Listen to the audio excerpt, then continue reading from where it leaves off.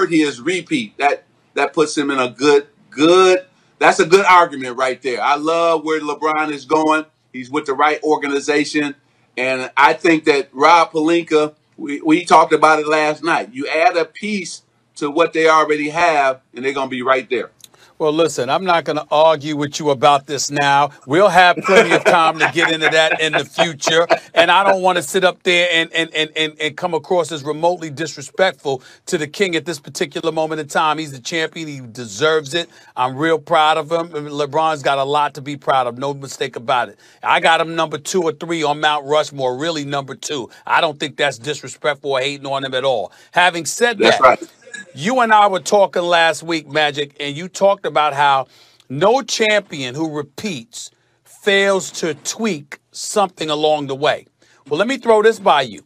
Anthony Davis has a player option. Kentavious Caldwell-Pope has a player option. And after Danny Green missed that shot, even though it was stupid for people to get at him the way that they did, he is getting paid $15 million. Caldwell-Pope is only at $8 million.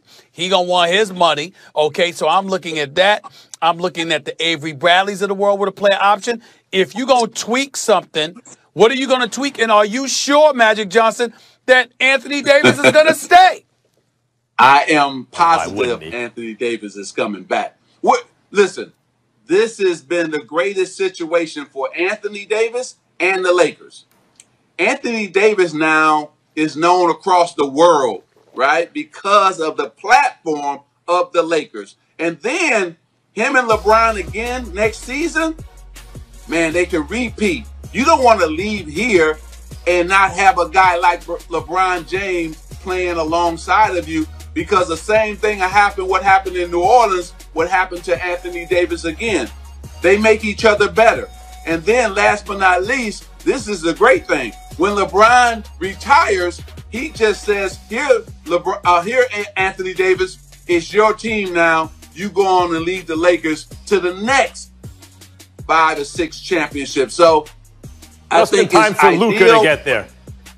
I'm not worried about Luka right now. We can't worry about Luka right now. We're talking about right now. Who are you going to pair with AD? You're going to be the next superstar is going to pair with him. Hey, that's right. Luka, come on to the Lakers. I like that. I like that. But Anthony Davis also loves living in Los Angeles, too. Magic, I want to talk about what this year means versus next year. So there will be those who say, and it's legitimate, the Warriors weren't around. Steph was hurt and all this stuff.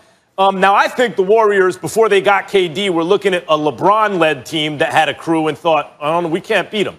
Remember, they didn't have Kyrie or Kevin Love when they barely beat him in 6 games, when Dellavedova was the second-best player. Then LeBron came back and beat him the next year. Then they got KD. That's not even fair. But it leads me to the following thought. Warriors are going to reload. They're not coming into next season just with Steph and Clay and Dre. There's no Iguodala there anymore. There's no KD. They're going to reload. They're going to try to take it to the next level on the Lakers. What about dealing with a reloaded Warriors team next year? Of course, you know, I'm fans of Steph and Clay, right? I hope that they come back and they're healthy. And then I love Draymond Green, the former Spartans. You know, I'm always cheer for Draymond Green. But at the end of the day, the Lakers will still be the team to beat. I think if Golden State is healthy, and I'm sure they're going to make a good move. I don't know if they'll keep that second pick or not. They will be the second team. I think Denver, the way they're finished, and Murray and Jokic, I think they'll be the third team, and then the Clippers will probably be the 4th team. So I think those will be the 4 powerhouses in the West.